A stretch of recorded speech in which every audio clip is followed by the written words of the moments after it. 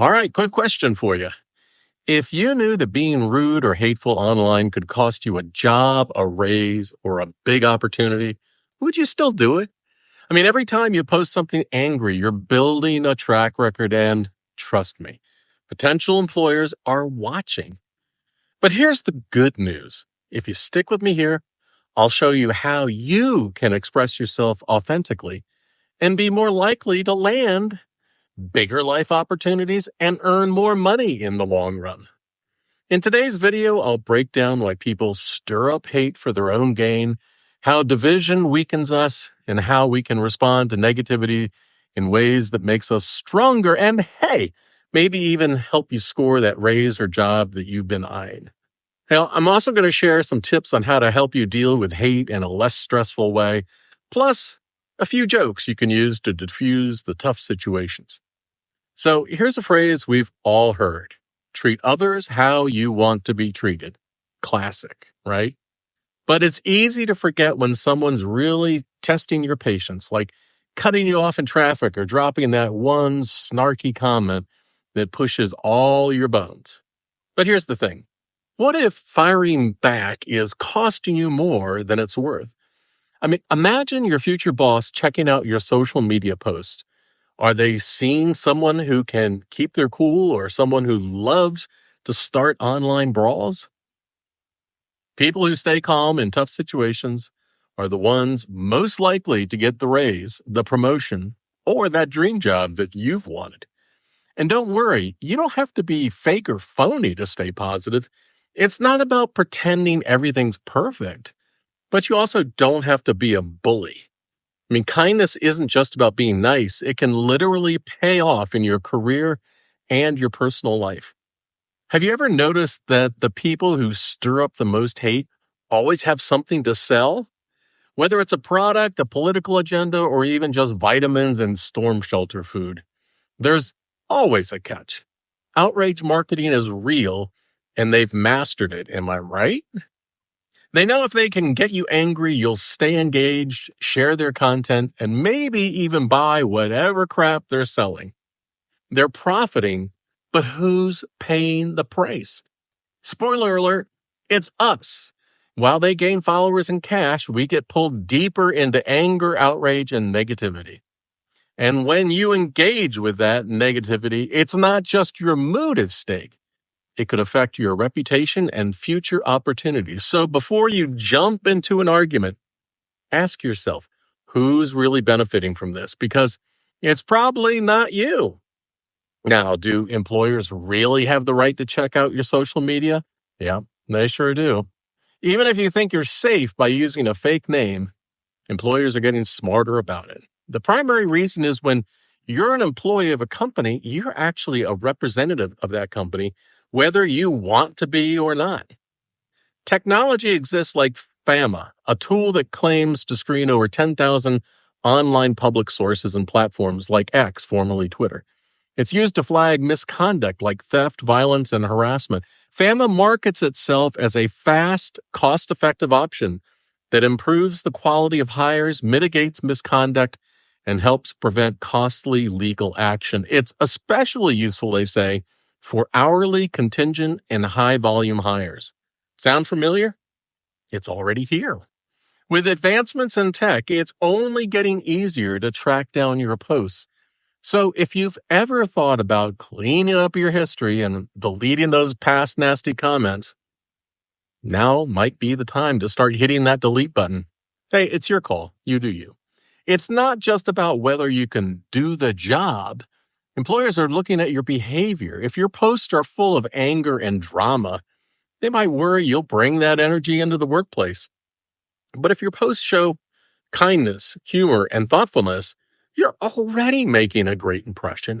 And hey, while you have the personal right to plaster any flag or sticker on your car or truck, you can be as aggressive and nasty as you want. Those statements can impact your job, your income, and opportunities. Hey, you've got the right to free speech, and you also have the right to earn less. It's your call. Now, I get it. You might be thinking, does turning the other cheek mean letting people walk all over you? Absolutely not. Turning the other cheek doesn't mean being passive. It's about how you respond. When someone throws a slur your way, turning the other cheek means you don't have to react with the same hostility. It's not about accepting the disrespect, but about deciding that you won't lower yourself to their level. That's a sign of strength and leadership, not weakness. And honestly, there's something to the whole kill them with kindness thing. And let's be real. I've never found a single example in the Bible where Jesus said, "Screw you, asshole. You're ignorant and stupid." No, that didn't happen. So what's the best way to respond to hate? Well, here's where we can get some wisdom from major religions. In the Bible, Jesus says, "Love your enemies and pray for those who persecute you." That's tough advice, right? But it's really about being the bigger person. In the Quran, it says, "Repel evil with what is better." And Hinduism teaches that responding to harm with forgiveness leads to peace and harmony. And let's not forget our friendly non-believers, the atheists. Atheism just means that they don't believe in God, so it doesn't mean they don't have their own rules. But many atheists follow ideas like being kind, using common sense, and wanting to make the world a better place for everyone. So here is what to do when you have your buttons pushed. Pause and breathe. Take a deep breath, count to 5. Sometimes just stepping back for a minute can stop you from saying something you'll regret, something stupid. Ask yourself, is this worth it? Will this comment improve your life? Will it solve the argument or lead to anything positive? If not, it's probably not worth your energy. Okay, you can write it and don't send it. Go ahead and write your angry comment, but you don't have to hit send. Come back to it later. Odds are you'll delete it once you've cooled off. And you can always use humor to diffuse. A well-placed joke can disarm even the most heated situations. Hey, here are a few that you can try. "I can argue with you, but I promised my mom I wouldn't fight with strangers on the internet." Well, you've definitely got me thinking, but mostly about pizza, but still. Hey, you've convinced me to take a nap instead of responding to this.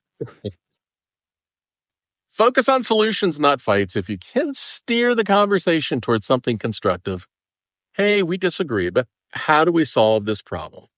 It works better that way than going back and forth. I try to lead by example.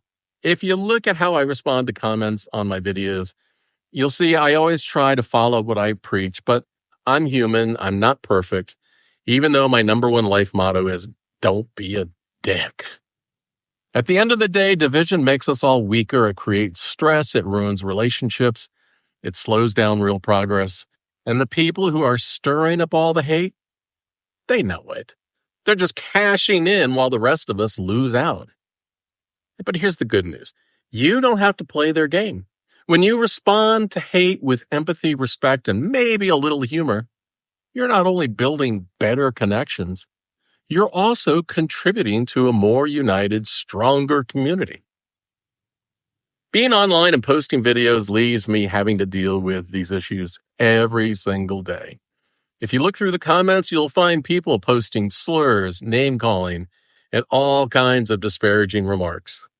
Now, what do you think the initial impression is of those people when others see their comments? It's not good, right? People don't see them as strong or admirable. They see them as angry and bitter. Plus, being known as someone who can bring people together instead of causing drama, well, that's the kind of reputation that can get you ahead in life, both personally and financially. Thanks for watching, and remember, you're in control of the narrative. Choose kindness, spread positivity, and let's make the world a little less divided, one conversation at a time. We've got this. And hey, it might even make it easier to score that raise you wanted. If you found this video useful, share it with someone who needs a reminder about how powerful kindness and calm can be. And if you're interested in more tips on how to handle these kinds of issues and situations, got a video for you right here. So this is Steve, call sign Fire Demon. As I always used to say to the tower controllers as I took off on a rescue mission, see ya!